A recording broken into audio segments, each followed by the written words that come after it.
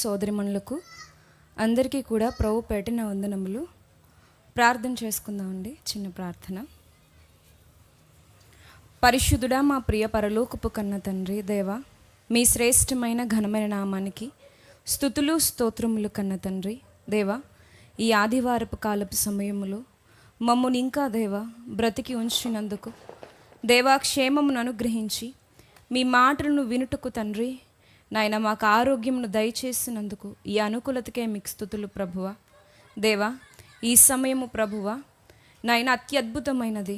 ఈ సమయంలో ప్రభువా నాయన మేము ప్రభు గమ్యం చేరుకునేందుకు మీరు మాట్లాడేటువంటి సమయం ప్రభువా. ఈ సమయమును దీవించి దేవా మీ ఆత్మ సహాయమును తండ్రి మాట్లాడుచున్న నాకు వింటున్నటువంటి మీ ప్రియులకును అనుగ్రహించి నడిపించుమని దేవా ఘనత మహిమ ప్రభావములు మీరు పొందుకోమని మా రక్షకుడైన యేసుక్రీస్తు ప్రభువారి పరిశుద్ధ నామమున ఈ ప్రార్థన మనవులు అడిగి వేడుకుంటున్నాము కన్న తండ్రి, ఆమేన్. ప్రియమైన వారలారా, యేసుక్రీస్తు ప్రభువారు ఈ భూమి మీద జీవించినప్పుడు, శరీరధారిగా ఉన్నప్పుడు ఆయన రక్షణ గూర్చినటువంటి పరిమళ సువాసనను అనేక ప్రాంతాలలో ఆయన పరిచయం చేస్తూ వచ్చారండి.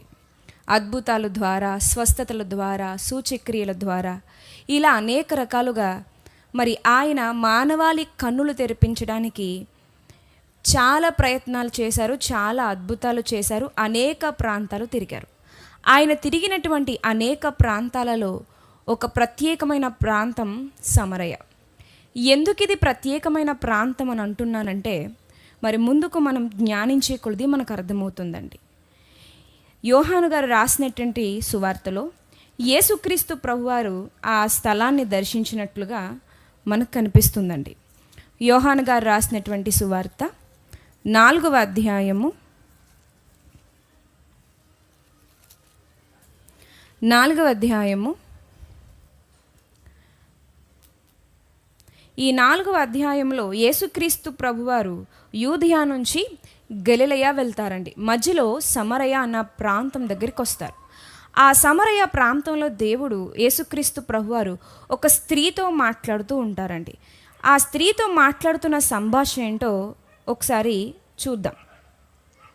చూడండి, 5వ వచనాన్ని చదువుకుందాము. యాకోబు 4వ అధ్యాయం యోహాను సువార్త 5వ వచనము.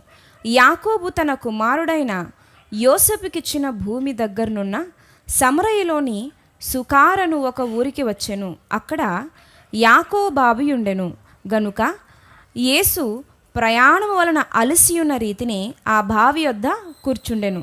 అప్పటికి ఇంచుమించు 12 గంటలాయెను. సమరయ స్త్రీ ఒకతే నీళ్లు చేదుకొనుటకు అక్కడికి రాగా యేసువారు మాట్లాడుతున్నారండి ఆ స్త్రీతో. ఏమని? నాకు దాహమునకిమ్మని ఆమెను అడిగాను. ఆయన శిష్యులు ఆహారం కొనుటకు ఊరిలోనికి వెళ్ళి ఉండిరి. ఆ సమరయ స్త్రీ అంటుంది, యూదుడువైన నీవు సమరయ స్త్రీనైన నన్ను దాహమునకిమ్మని ఎలాగూ అడుగుచున్నావని ఆయనతో చెప్పాను. దాహానికి నీళ్ళిమ్మంటే ఆమె ఏమంటుందండి? నీవు యూదుడువు, నేను సమరయ స్త్రీని, నన్ను నీవెలా దాహానికి నీళ్ళిమ్మని అడుగుతున్నావు అని ఆమె ప్రశ్నిస్తూ ఇంకా ఇలా మాట్లాడుతుందండి. ఏమని? ఏలయనగా యూదులు సమరయులతో సాంగత్యము చెయ్యరు. యూదులండి సమరయులతో సాంగత్యం చెయ్యరంట. ఎందుకు యూదులు సమరయులతో సాంగత్యం చేయరు? ఇక్కడ చూస్తే 5వ వచనం చూస్తే కనుక, యాకోబు తన కుమారుడైన యోసేపుకిచ్చిన భూమి దగ్గరనున్న సమరయ అంటే యాకోబు కుమారుడని యోసేపు. అంటే యోసేపు సంతానం ఎవరండి? మనష్షే, ఎఫ్రాయిము గోత్రికులు. సో మరి ఒకే తండ్రికి పుట్టిన పిల్లల్లా మనకు అనిపిస్తున్నారు. మరి ఎందుకని యూదులకు సమరయులకు మరి అంత శత్రుత్వం ఏర్పడింది? కనీసం యూదులండి ఈ సమరయులు ఉంటున్నటువంటి ఆ భూభాగపు మట్టిని తాకడానికి కూడా ఇష్టపడరు. మీరు చాలాసార్లు వినే ఉంటారు, వారు సమరయ గుండా గలిలయకు వెళ్ళరు, సమరయ గుండా యూదాకు రారండి, యూదయ ప్రాంతానికి రారు. ఎందుకు ఈ శత్రుత్వం? ఏం జరిగింది? మనం ఇలా చదివినప్పుడు అనిపిస్తుంది, అయ్యో సమరయులు అన్యాయానికి గురవుతున్నారు, యేసుక్రీస్తు ప్రభువారు వచ్చి జాలిపడ్డారు అని. కానీ నిజంగా అన్యాయానికే సమరయులు గురయ్యారా? అసలు సమరయుల గురించి చరిత్ర ఏం చెప్తుంది? వీళ్ళు ఏం చేశారని యూదులు వారిని అలా దూరంగా పెట్టేశారు? ఏంటి సమరయ ప్రాంతం అని ఒకసారి ఆలోచిద్దాం. ఎందుకని యూదులు ఈ సమరయుల్ని దూరంగా ఉంచేశారు అని ఆలోచిస్తేనండి, అసలు ఈ సమరయ ప్రాంతం ఏంటి అంటే, ఆ సమరయ అన్న పేరు ఏంటి అని ఆలోచిస్తేనండి, రాజుల మొదటి గ్రంథము 16వ అధ్యాయంలో ఒక స్పష్టత ఇవ్వబడిందండి. రాజుల మొదటి గ్రంథము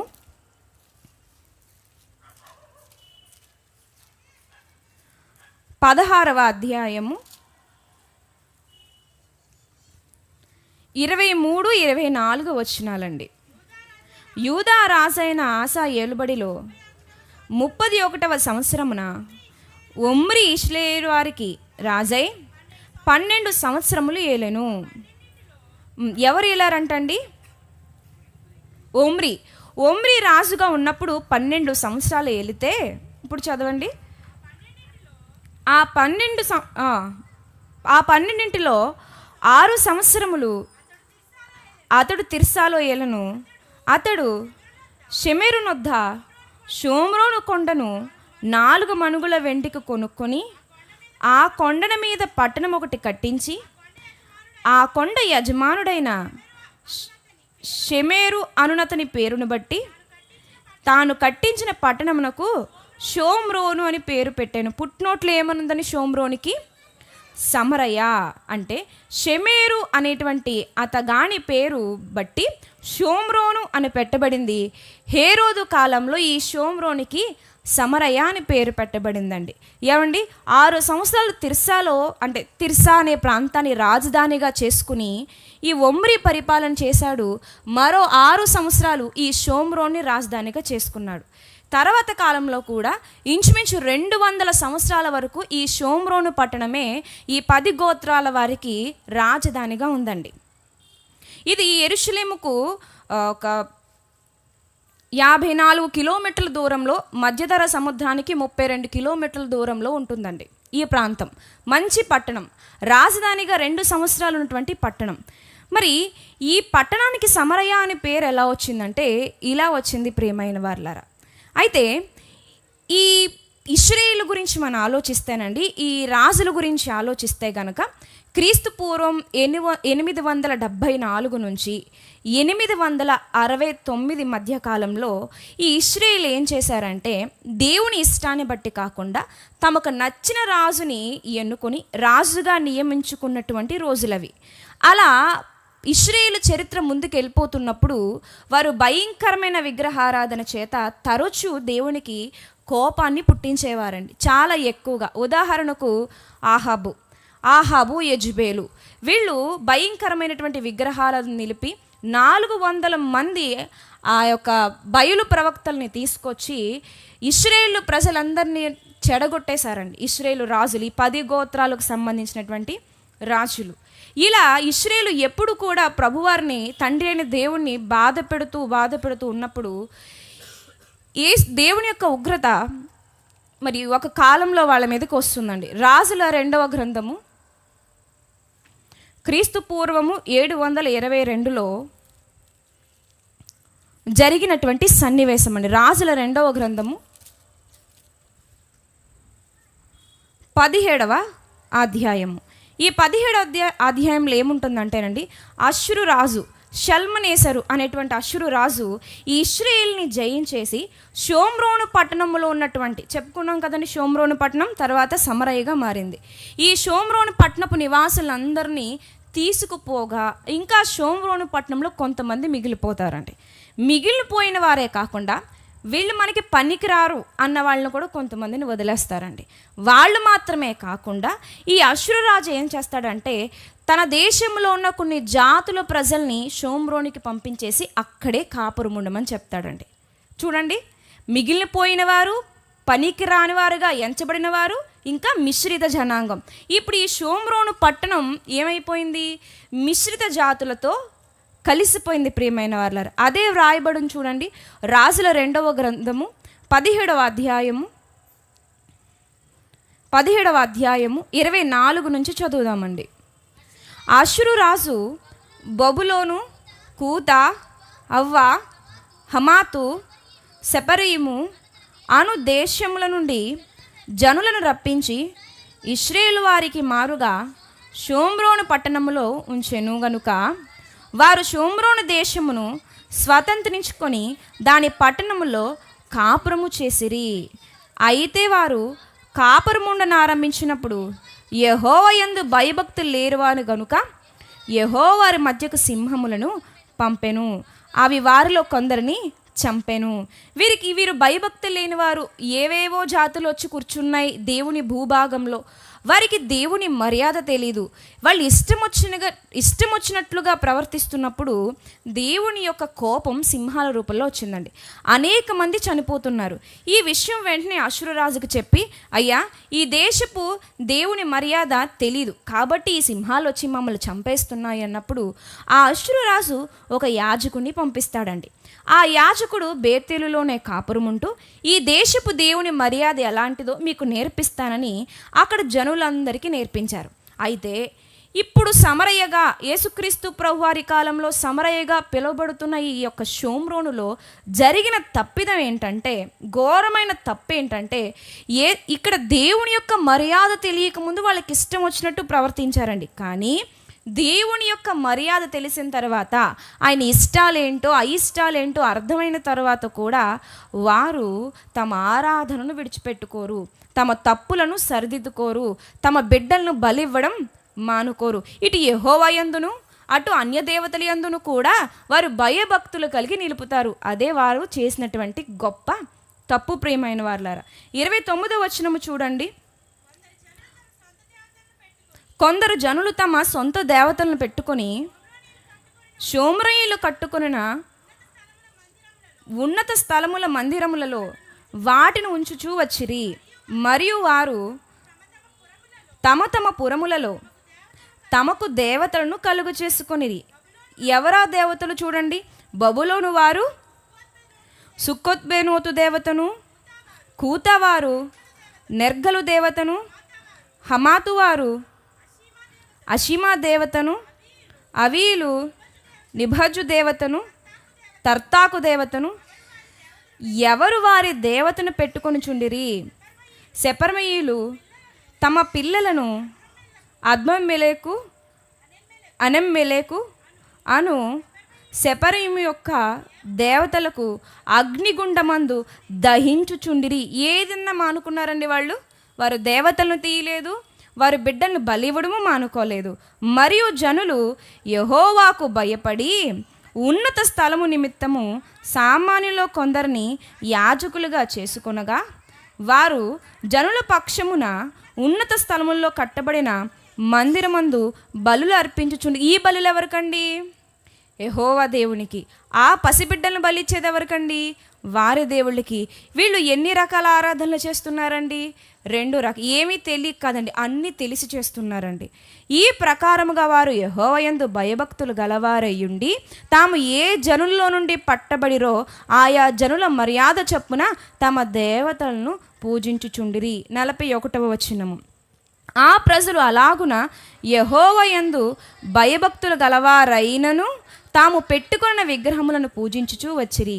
మరియు తమ పితరులు చేసినట్లు వారి ఇంటివారు వారు సంతతివారు నేటి వరకు చేయుచుండిరి. అదేమవుతుందండి? కంటిన్యూ అవుతూ వచ్చింది. అంటే వాళ్ళకంటూ వాళ్ళు మిశ్రిత జనము, మిశ్రిత ఆరాధన.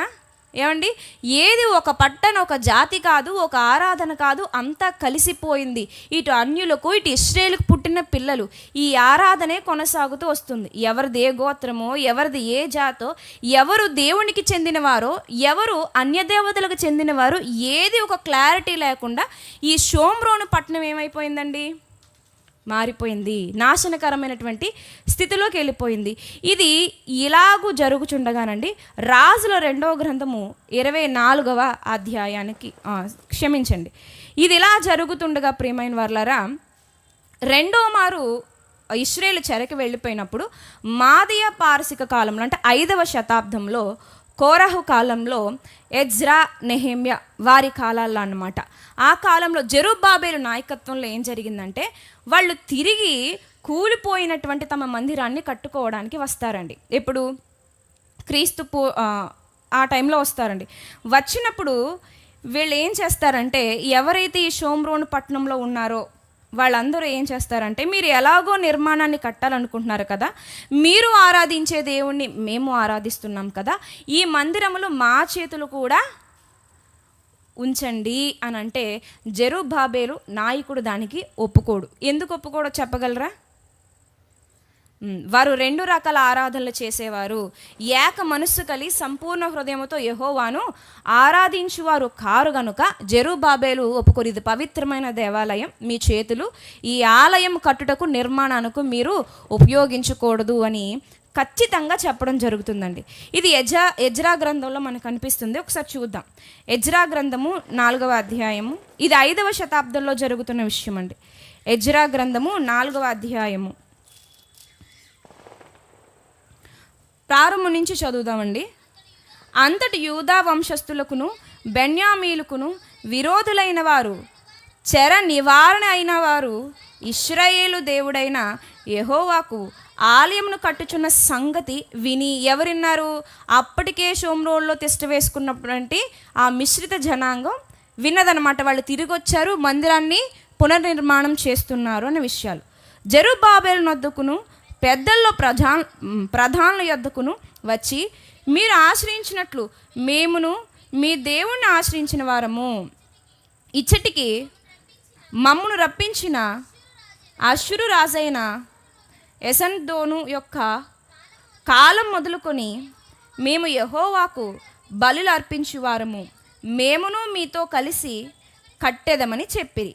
అందుకు జెరుబ్బాబెలును యేషువాయు ఇశ్రాయేలు పెద్దలలో తక్కిన ప్రధానులను, మీరు మాతో కలిసి మా దేవుని మందిరమును కట్టుటకు నిమిత్తము లేదు, మేమే కూడుకొని పార్సిక దేశపు రాజైన కోరేషు మాకిచ్చిన ఆజ్ఞ ప్రకారము ఇశ్రాయేలు దేవుడైన యెహోవాకు మందిరమును కట్టుదమని వారితో చెప్పిరి. దేశపు జనులు యూదా వంశస్థులకు ఇబ్బంది కలుగచేసి కట్టుచున్న వారిని బాధపరిచిరి. మమ్మల్నే రానివరా, మందిరం కట్టడానికి మేము అనర్హులమా అని చెప్పి వీళ్ళు వ్యతిరేకించడం మొదలు పెట్టారండి. ఆ కట్టడాన్ని ఆపాలని ఎప్పటికప్పుడు వాళ్ళు ఏం చేసేవారంటే, చూడండి 5వ వచనంలో, మరియు పారసీకపు దేశపు రాజైన కోరెషు యొక్క దినములన్నిటిలోనూ, ఎవరండి? కోరెషు గారి పరిపాలనలోను, అలాగే పారసీక దేశపు రాజైన దర్యావేషు యొక్క పరిపాలన కాలము వరకు. ఒకసారి అక్కడ ఒక ఫోటో వస్తుంది చూడండి. కోరెషు కాలం ఎప్పుడు స్టార్ట్ అయింది? రాజైన కోరెషు కాలం ఎప్పుడు స్టార్ట్ అయింది? క్రీస్తు పూర్వము 550 నుంచి 530 వరకు. ఏమండి? రాజైన దర్యావేషు కాలం ఎప్పటి నుంచి అండి? క్రీస్తు పూర్వము 522 నుంచి 486 వరకు. ఇక్కడ చూడండి, కోరెషు నుంచి దర్యావేషు వరకు అంటే క్రీస్తు పూర్వము 550 నుంచి 486 అంటే ఎన్ని సంవత్సరాలండి? 64 సంవత్సరాలు వ్యతిరేకంగానే ఉన్నారు, ఆటంకపరుస్తూనే ఉన్నారు. తర్వాత చూడండి 5వ వచనము, మరియు పారసీకపు దేశపు రాజైన కోరెషు యొక్క దినములన్నిటిలోనూ పారసీకపు దేశపు రాజైన దర్యావేషు యొక్క పరిపాలన కాలము వరకు వారి ఉద్దేశమును భంగపరచుటకై వారు మంత్రులకు లంచము ఇచ్చి, మంత్రులకు లంచాలు ఇచ్చేవారంటే వారి ఉద్దేశం ఏంటి? మందిరాన్ని తిరిగి కట్టాలి. అదే జరగకుండా మంత్రులకు లంచం ఇచ్చిరి. మరియు అహష్వేరోషు ఏలన ఆరంభించినప్పుడు వారు యూదా దేశస్థులను గూర్చి యెరూషలేము పట్టణపు వారి గూర్చి ఉత్తరము వ్రాసి వారి మీద తప్పు మోపిరి. ఇలా రకరకాలుగా ఈ ఇశ్రాయేలును, యూదులను వీరు ఇబ్బంది పెడుతూ వచ్చారండి. మరి అహష్వేరోషు కాలం ఎప్పుడు? క్రీస్తు పూర్వము 486 నుంచి 465 అండి. అర్ధహస్త కాలం వరకు. కింద 7వ వచనం కూడా చదివితే ఆయన పేరు కూడా కనిపిస్తుందండి. అది ఎప్పుడైతే అహష్వేరోషు కాలం పూర్తవుతుందో 465 నుంచి 424. ఇప్పుడు చూడండి, క్రీస్తు పూర్వం 486 నుంచి 424 అంటే మరో 62 సంవత్సరాలు. మొత్తం సుమారుగా ఎన్ని సంవత్సరాలండి? 126 సంవత్సరాలు యూదులను హింసిస్తూ వచ్చారండి. సో అందుకే సమరయులు వీళ్ళు ఏం చేశారు? దూరం పెట్టడం జరిగింది ప్రియమైన వారలారా. ఇక వీళ్ళకి అర్థమైపోయింది, ఇక ఎలాగో ఆ మందిరాన్ని కట్టడానికి కానివ్వండి, అక్కడ ఆరాధించడానికి కానివ్వండి, ఇక మనం ఎలాగో సరిపోము, ఇంత చేసిన తర్వాత మనల్ని ఎందుకు రానిస్తారని యెరూషలేము ప్రాంతానికి యెరూషలేము మందిరానికి ఒక 40 కిలోమీటర్ల దూరంలో గెరిజీము అనేటువంటి పర్వతం పైన వారు కూడా ఒక నిర్మాణాన్ని చేసుకున్నారండి. వారు కూడా ఒక నిర్మాణాన్ని చేసుకుని అక్కడ వారు ఆరాధించుకునేవారు అనమాట. అందుకే యోహాను సువార్తలో కూడా ఆ మాట వస్తుంది చూడండి పర్వతం గురించి. యోహాను గారు రాసినటువంటి సువార్త 4వ అధ్యాయము 20వ వచనము, మా పితరులు ఈ పర్వతమందు ఆరాధించిరి గాని ఆరాధింపవలసిన స్థలము యెరూషలేములో ఉన్నదని మీరు చెప్పుదురని ఆయనతో అనగా, యేసు ఆమెతో ఇట్లనెను, మా పితరులు ఈ పర్వతమందు, ఏ పర్వతం అండి అది? గెరిజీము పర్వతము. అక్కడ వారు సొంతంగా ఒక ఆలయాన్ని నిర్మించుకున్నారు. అది కూడా క్రీస్తు పూర్వం 124లో మక్కబీల కాలంలో కూల్చివేయబడింది. దాన్ని క్రీస్తు పూర్వం 22వ సంవత్సరాన్ని మరలా వాళ్ళు కట్టుకున్నారు. అంటే యేసుక్రీస్తు ప్రభువారు వచ్చేసరికి యెరూషలేములో మందిరం కానివ్వండి, ఇటు గెరిజీము పర్వతం మీద ఉన్న మందిరం కానివ్వండి, ఫస్ట్వి కాదు, మరలా కట్టుకున్నవే. ఇలా వాళ్ళు శాపగ్రస్తులుగా మిగిలిపోయారండి. ఇలాంటి వాళ్ళ దగ్గరికి ఇప్పుడు ఎవరు వచ్చారండి? యేసుక్రీస్తు ప్రభువారు వచ్చారు. మరి దేవుని పని ముందుకు వెళ్ళనివ్వకుండా చేసిందే తప్పు, తెలిసి ఇటు దేవుణ్ణి అటు విగ్రహాలను, ఇటు దేవుణ్ణి కాదు అటు లోకాన్ని కాకుండా తెలిసి తప్పులు చేసినట్టు వీళ్ళు అక్కడ తాగకుండా చక్కగా ప్రభువు వైపే, ప్రభు మార్గంలో నడుస్తున్న వాళ్ళకి ఇబ్బంది కలిగించడం మరో తప్పు. మరి ఎంత దుర్మార్గానికి మరి ప్రారంభం నుంచి కూడా ఉన్నటువంటి వీళ్ళపై దేవుడు ఎలా రావాలి? శిక్షకుడుగా రావాలి. ఇలాంటి దుర్మార్గులను శిక్షించడానికి రావాలి, శిక్షే వెతుక్కుంటూ రావాలి. కానీ ఏం వెతుక్కుంటూ వచ్చిందండి? కరుణ వెతుక్కుంటూ వచ్చింది. ఏదో ఈ కొద్ది కాలంలోనే కాదండి. రాజుల 2వ గ్రంథము 6వ అధ్యాయము తీయకండి, చూడండి. యెహోరాము కాలంలో కూడా ఈ షోమ్రోను పట్టణానికి భయంకరమైనటువంటి కరువు వస్తుందండి. గాడిద తలకాయను, పావురపు రెట్టను, ఏమండి చాలా భయంకరమైన స్థితిలోనికి వీళ్ళు వెళ్ళిపోతారు. ఎందుకు వెళ్ళిపోయారు అంటే వాళ్ళు చేసినటువంటి వ్యతిరేకతే దీనికి కారణం. గతంలో కూడా ఆ షోమ్రోను పట్టణం అన్నది దాని యొక్క పాపాన్ని బట్టి ఘోరంగా శిక్షించబడింది. తర్వాత కాలంలో కూడా అదేమి మార్పు చెందలేదు. అలాంటి స్థలానికి యేసుక్రీస్తు ప్రభువారు వచ్చారు. ప్రేమైన వారలారా, మార్పేమీ లేదు, అదే పాపం. కానీ వారిని మార్చుటకు యేసుక్రీస్తు ప్రభువారు వెతుక్కుంటూ వచ్చారు, కరుణ వెతుక్కుంటూ వచ్చింది. కానీ అదే గడ్డపై ఉన్న వాళ్ళు గతంలో శిక్షించబడ్డారు, ఇప్పుడు కూడా శిక్షకు అర్హులుగా ఉన్నారు. మరి వెతుక్కుంటూ వచ్చినటువంటి ఆ కరుణ అసలు ఏమని మాట్లాడుతుంది ఆ ప్రాంతపు వాసులతో? నిజంగా ఆ ప్రాంతానికి మీరో నేనో వెళ్ళామనుకోండి, సమరయ ప్రాంతానికి, ఏం చూస్తాం? యాకోబు గారు కట్టించిన బావి చూస్తాం. ఏం చూస్తాం? అక్కడ ఇదే బావి దగ్గరికి సమరయ స్త్రీ వచ్చింది, ఇక్కడే యేసుక్రీస్తు ప్రభువారు కూర్చున్నారు, అది మాత్రమే ఆలోచిస్తాం. యేసుక్రీస్తు ప్రభువారు అక్కడికి వెళ్ళినప్పుడు ఆయన కనిపించేది ఏంటో తెలుసండి? గతాన్ని కూడా ఆయన ప్రస్తుతం చూసినంత స్పష్టంగా చూడగలడు కదా. సో గతమంతా ఆయన జ్ఞాపకం వచ్చింది. ఎంతగా వాళ్ళు ఆయనకి వ్యతిరేకంగా నిలబడ్డారో, ఎంతగా వారు ఆయన మందిర నిర్మాణానికి ఆటంకపరిచారో, ఎంతగా వాళ్ళు తెలిసి తప్పులు చేశారు, ఇవన్నీ ఆయన కళ్ళ ముందు కదులాడుతున్నాయి ప్రియమైన వారలారా. అయినా సరే ఆయన కరుణ, ఆయన వాత్సల్యత వారి మీద చూపక మానలేదండి. ఈ కరుణ వెతికి దేశానికి వచ్చింది. మరి ఈ సమరయుల ప్రాంతానికి వచ్చినప్పుడు ఆయనకు వచ్చే నష్టం ఎక్కువే ఉందండి. ఏంటంటే ఆయన వడ్లవాణి కుమారుడుగా పుట్టినందుకు, అత్యంత సామాన్యుడిగా ఉన్నందుకు యూదులు ఆయన ఏం చేశారు? తృణీకరించారు. ఇక మరొక కారణం ఏంటంటే ఆయన పాపులతో స్నేహం చేశాడని కూడా ఆనాటి యూదులు ఆయన్ని తృణీకరించారండి. జక్కయ్య గారిని పిలిచినప్పుడు ఈ వ్యతిరేకతను ఆయన ఎదుర్కొన్నాడు. పాపాత్మురైన స్త్రీ కన్నీటితో ఆయన పాదాలను కడిగినప్పుడు ఈ వ్యతిరేకతను ఆయన ఎదుర్కొన్నాడు. ఇప్పుడు సమరయ స్త్రీతో మాట్లాడడం వల్ల కూడా ఆయన దైవత్వానికి ఒక క్వశ్చన్ మార్క్ని తీసుకొచ్చుకుంటున్నారండి. ఎందుకు అంటే ప్రజలు ఏమనుకుంటున్నారంటే ఈయన దైవం అయితే ఈ అపవిత్రులతో ఏంటి సాంగత్యం? నిజంగా ఈయన దేవుని కుమారుడైతే వాళ్ళ గతం ఏంటో ఈయనకి తెలియదా? సో ఈ రకంగా కూడా ఆయనకు అవమానం కలుగుతుందని తెలిసినా ఆయన కరుణ, ఆయన కృప, ఆయన వాత్సల్యత, ఆయన ప్రేమ ఎలా అయినా రక్షించాలైనా అన్నటువంటి ఆయన యొక్క పరితపన ఇవేమి కూడా ఆటంకపరచలేకపోయాయండి. ఇంతకీ ఈ కరుణ ఆ ప్రాంతపు స్త్రీతో ఏం మాట్లాడింది? ఇంతగా వెతుక్కుంటూ వచ్చిన ఆయన ఆ ప్రాంతం నుంచి ఏం కోరుకుంటున్నారు? అది అర్థం కావాలంటే ఒకసారి యోహాను సువార్తలోనికి వచ్చేద్దాం. యోహాను సువార్త.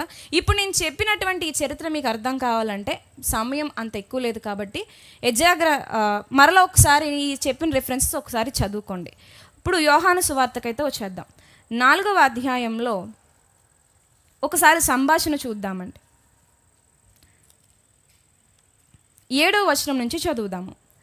సమరయ స్త్రీ ఒకతే నీళ్లు చేదుకొనుటకు అక్కడికి రాగా యేసు నాకు దాహమునకిమ్మని ఆమెను అడిగాను. ఆయన శిష్యులు ఆహారం కొనుటకు ఊరిలోనికి వెళ్ళియుండిరి. ఆ సమరయ స్త్రీ, యూదుడువైన నీవు సమరయ స్త్రీనైన నన్ను దాహమునకిమ్మని ఎలాగ అడుగుచున్నావని ఆయనతో చెప్పాను. ఏలయనగా యూదులు సమరయులతో సాంగత్యము చేయరు. అందుకు యేసు, నీవు దేవుని వరమును నాకు దాహమునకిమ్మని నిన్ను అడుగుచున్న వాడెవడో అదియూ ఎరిగి ఉంటే నీవు ఆయనను అడుగుదువు, ఆయన నీకు జీవజలం ఇచ్చునని ఆమెతో చెప్పాను. ఆమె ఏదో దాహానికి నీళ్లు తెచ్చుకుందామని ఆ మండుటంలో వచ్చిందండి. అసలే చాలా దూరం అని ఆమె చెప్తుంది. ఈమె శారీరక దాహం కోసం వచ్చింది, కానీ ఆయన ఆత్మను గూర్చినటువంటి జీవజలం గురించి మాట్లాడుతున్నారు. అంటే జీవజలాన్ని గూర్చి ఆమెకు పరిచయం చేస్తున్నారండి. అప్పుడు ఆ స్త్రీ గ్రహించలేదండి. అయ్యా, ఈ బావి లోతైనది, చేదుకొనుటకు నీకేమీ లేదే, ఆ జీవజలము ఎలాగూ నీకు దొరుకును? తన కుమారులను పశువులను ఈ బావి నీళ్లు త్రాగి మాకిచ్చిన మా తండ్రి అయిన యాకోబు కంటే నీవు గొప్పవాడవా అని ఆయనను అడిగాను. ఆమెకు అర్థం కావట్లేదండి. అందుకు యేసు, ఈ నీళ్లు త్రాగు ప్రతివాడును మరలా దప్పికొనును. యాకోబు గొప్పవాడే, నువ్వు చెప్పిందంతా సరియే, కానీ ఈ నీళ్లు తాగిన వాళ్ళు మరలా దప్పికొంటారు, మరలా దాహం వేస్తూనే ఉంటుంది. కానీ నేను యాకోబు కంటే గొప్పవాడనే, నేనిచ్చే నీళ్లు త్రాగు వాడెప్పుడును దప్పికొనడు.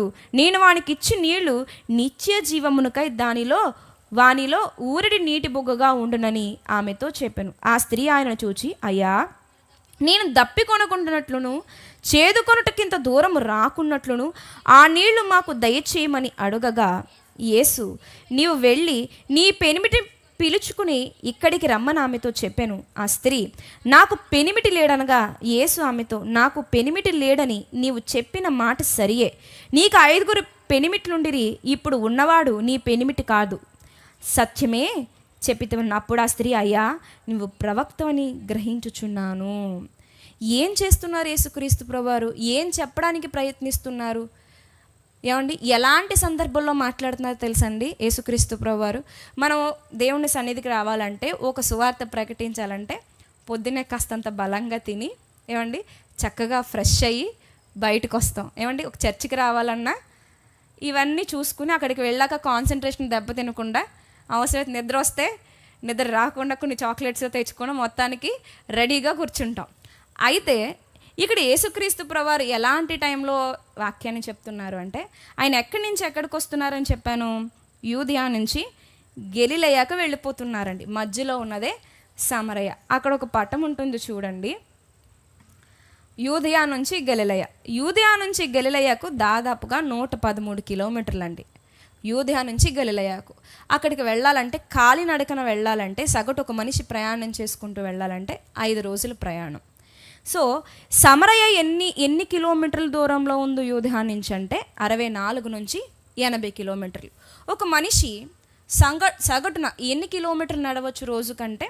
20 నుంచి 30, వారి బలాన్ని బట్టి, వారి స్ట్రెంగ్త్ని బట్టి 20 నుంచి 30 కిలోమీటర్లు నడవచ్చు.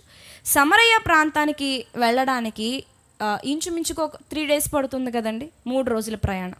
అంటే అప్పటికి యేసుక్రీస్తు ప్రభువారు 3 రోజులు ప్రయాణం చేసి అలసిపోయి ఉన్నారు. ప్రయాణంలో ఏముండదు, సరిగా నిద్రించడానికి స్థలం ఉండదు, సమయానికి ఆహారం ఉండదు. ఏమండి, ఒక చోటు ఉంటే ఎవరైనా తెచ్చిస్తారండి, అలా నడుచుకుంటూ వెళ్ళిపోతే ఎవరు తెచ్చిస్తారండి? తెచ్చేవాళ్ళు ఉండరు. మరి అలాంటి సమయంలో శారీరకంగా అలసిపోయి బలహీనటువంటి ఆ సమయంలో అక్కడ ఉంది కదా, అలసిపోయి అన్న మాట చూసారా? 6వ వచనంలో అలసి ఉన్న రీతినే అలసిపోయాడు.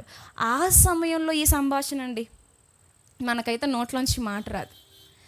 ఎందుకు ఏ విషయాలు మాట్లాడుతున్నారు ఆయన అంటే 2 విషయాలు మాట్లాడుతున్నారు. నీ సంభాషణ చూస్తుంటే 2 విషయాలు అర్థం కావాలి. ఆమెతో డైరెక్ట్గా చెప్తున్నారు, నువ్వు వెతికేది ఏదైతే ఉందో అది నీకు దాహం తీర్చలేదు. ఇంకా ఆయన ఏం చెప్తున్నాడు, జీవజలం అంటూ ఒకటి ఉంది అని ఆయన పరిచయం చేస్తున్నాడండి. ఈమె వెతికేది ఏంటంటే ఈమె సంతోషంగా జీవించడానికి ఒక మార్గం ఎన్నుకుంది. ప్రతి ఒక్కరు కూడా తాము లోకంలో సంతోషంగా బ్రతకడానికి ధనాన్ని వెతుక్కుంటారు, పదవిని వెతుక్కుంటారు, అధికారాన్ని వెతుక్కుంటారు, వ్యక్తుల్ని వెతుక్కుంటారు, ఏవేవో వెతుక్కుంటారు. అందులోనే తృప్తి ఉందనుకుంటారు, అక్కడే సంతోషంగా ఉంటాము అనుకుంటారు. కానీ ఎంత దూరం వెళ్ళిపోతున్నా, ఎంత సంపాదిస్తున్నా, ఎంతమంది చుట్టూ ఉన్నా మనిషికి దాహం అంటూ తీరదు. ఎంత ఉన్నా సరే ఇంకా ఇంకా ఇంకా అది ఫాలోయింగ్ అయినా, మనీ అయినా, అది ఏదైనా సరే ఇంకా ఇంకా ఇంకా అని అనిపిస్తుంది తప్ప దానికి తృప్తి ఉండదు ప్రియమైన వారలారా. అందుకే అసలు నీ పెనిమిటిని తీసుకురా అనడానికి కూడా కారణం అదే. నీ జీవితంలో సంతోషం లేదు, ఈ నీళ్లు తాగితే ఎలా నీకు తృప్తి లేదో నీ జీవితంలో కూడా సంతోషం లేదు. నన్ను ఆహ్వానించు, నేనే నిజమైన సంతోషాన్ని నీకు ఇచ్చువాడను, నేనే నీ జీవితానికి ఒక ఆధారముగా ఉండువాడనని దేవుడు ఆమెతో మాట్లాడుతున్నాడు ప్రియమైన వారలారా. ఇదే మనకు కూడా వర్తిస్తుందండి. సమరయులు పట్టణస్థుల గురించి దారుణంగా చెప్పుకోవడానికి మనం ఏం గొప్పవాళ్ళం కాదు. సమరయుల చరిత్ర గురించి ఇలా ఉందా అని మనం వాటిని అసహించుకోవడానికి మన చరిత్ర కూడా అంత ఉన్నతమైనది ఏమీ కాదు, మన పితరులు కూడా అంత గొప్పవారు కూడా ఏమీ కాదు. సమరయ స్త్రీ దగ్గరికి ఆయన ఎలా అయితే వచ్చాడో మన దగ్గరికి కూడా అలాగే వచ్చాడండి.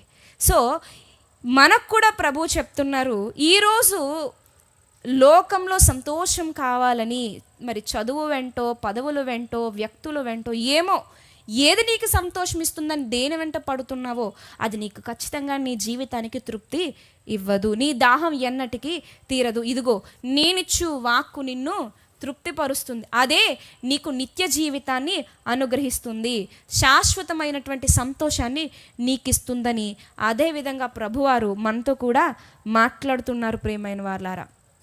ప్రభు మన నుంచి కోరుకునేది ఏంటంటే గనుక ఆ జీవజలాన్ని మనం గుర్తించాలి, దాన్ని మనం అపేక్షించాలి. మరి యేసుక్రీస్తు ప్రభువారు నేనే ఆ జీవజలమును అని ఎలా అయినా సరే, ఆమె అజ్ఞానిగా ఉన్నప్పటికీ ఆమె ఎంత చెప్తున్నా తెలుసుకోలేకపోతుంది కాబట్టి యేసుక్రీస్తు ప్రభువారే డైరెక్ట్గా చెప్తున్నారు. చూడండి 25వ వచనంలో,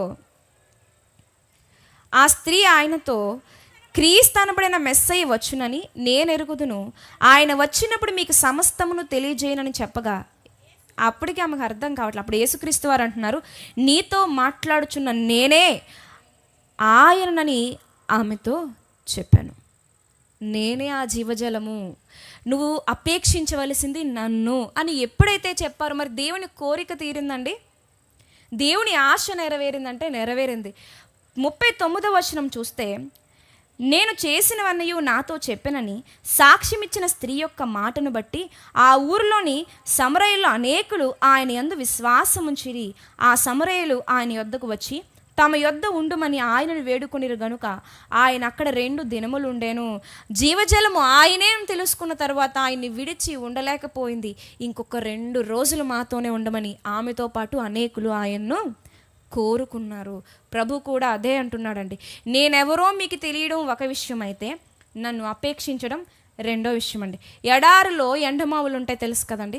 చాలామంది ఎండమావులు చూసి అదిగో అదే దాహం తీరుస్తుంది, ఇదే దాహం తీరుస్తుందని ఇష్టం వచ్చినట్లుగా వెళ్ళిపోతుంటే అక్కడ మీలాంటి వాళ్ళు నాలాంటి వాళ్ళు నిలబడి అవి ఎండమావులు, అవి ఎంత వెతికినా మన దాహం తీరదు, ఈ పక్కనే నిజమైనటువంటి నీటి మడుగులు ఉన్నాయి, ఇటు రండి అని చెప్తాం. సరే వాళ్ళు వస్తారో రారో తర్వాత విషయం.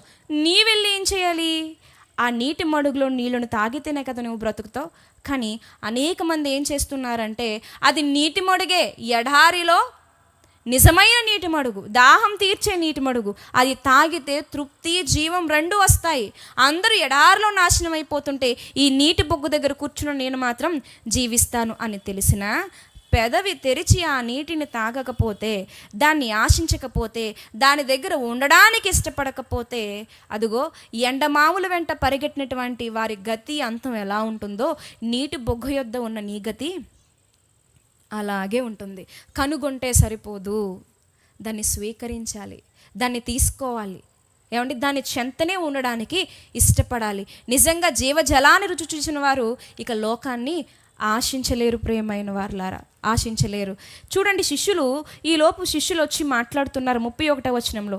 ఆ స్త్రీతో సంభాషణ పూర్తయిపోయిన తర్వాత శిష్యులు వచ్చి ఏమంటున్నారు చూడండి, 31వ వచనము.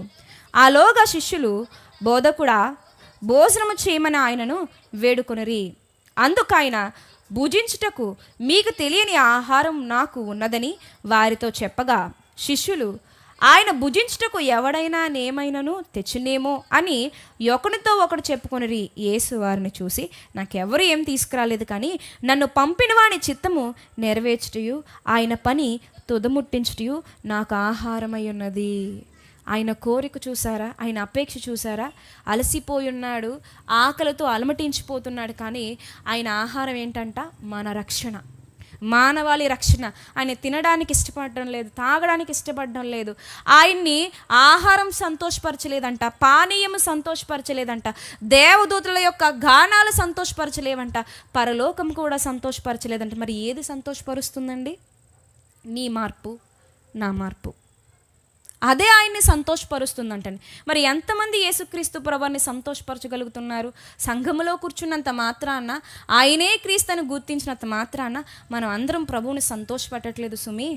ఎవరైతే ఈయనే క్రీస్తు అని చెప్పి ఆయనిచ్చు జీవ జలమును అపేక్షించి ఆ జీవ జలము యందే నిలిచి ఉండడానికి ఇష్టపడతారో, లోకంలో ఉన్న ప్రతిదాన్ని పక్కకు పెడతారో, వారే కుమారుని సంతోషపెడతారండి.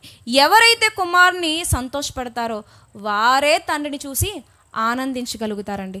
కుమారుని సంతోషపరచలేని వాడు తండ్రిని చూసి సంతోషాన్ని పొందలేడు. ప్రియమైన వాళ్ళారా, కాబట్టి ఈ దినమందు మరి ప్రభువు మనల్ని ప్రశ్నిస్తున్నాడు. నేనిచ్చిన రక్షణను బట్టి నువ్వు సంతోషంగా ఉన్నావు, నేనిచ్చిన సంఘమును బట్టి నువ్వు సంతోషంగా ఉన్నావు, నేనిచ్చిన వాక్యమును బట్టి నువ్వు సంతృప్తి చెందుతున్నావు, మరి నిన్ను బట్టి నాకు సంతోషం ఉందా అని ప్రశ్నిస్తున్నాడు.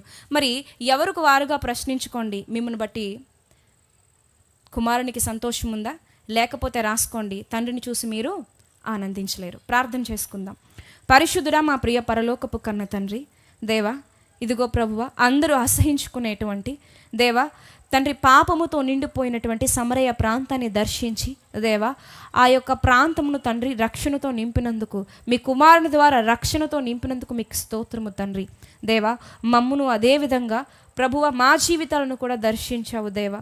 మరి దేవా, మేము గుర్తించలేని కన్నులు కలిగి ఉంటే నేనే క్రీస్తునని అనేక రకాలుగా సాక్ష్యం ఇచ్చుకున్నావు దేవా. మిమ్మల్ని సంతోషపరిచేవారుగా మేము ఉండకపోతే తండ్రి, దయచేసి మమ్మల్ని క్షమించి ఇప్పటి నుంచి దేవా ఆ జీవ జలమును అపేక్షించుచు దేవా దాని యందే నిలిచి ఉండి ప్రభువా మీ కుమారుని సంతోషపరచు వారమే ఉన్నట్లు సహాయం చేయండి. తద్వారా దేవా నిన్ను చూసి సంతోషించేటువంటి కృపను, ఆ సన్నివేశమును దేవా మాకు ప్రాప్తింపచేయమని ప్రాధేయపడుతూ దేవా, విన్న వాక్యపు సారము తండ్రి మాలోంచి వెడలిపోకుండా ప్రభువా మాలో గొప్ప కార్యాలు జరిగించినట్లు సహాయం చేయమని మా రక్షకుడైన యేసుక్రీస్తు ప్రభు వారి పరిశుద్ధ నామమున అడిగి వేడుకుంటున్నాము కన్న తండ్రి. ఆమేన్.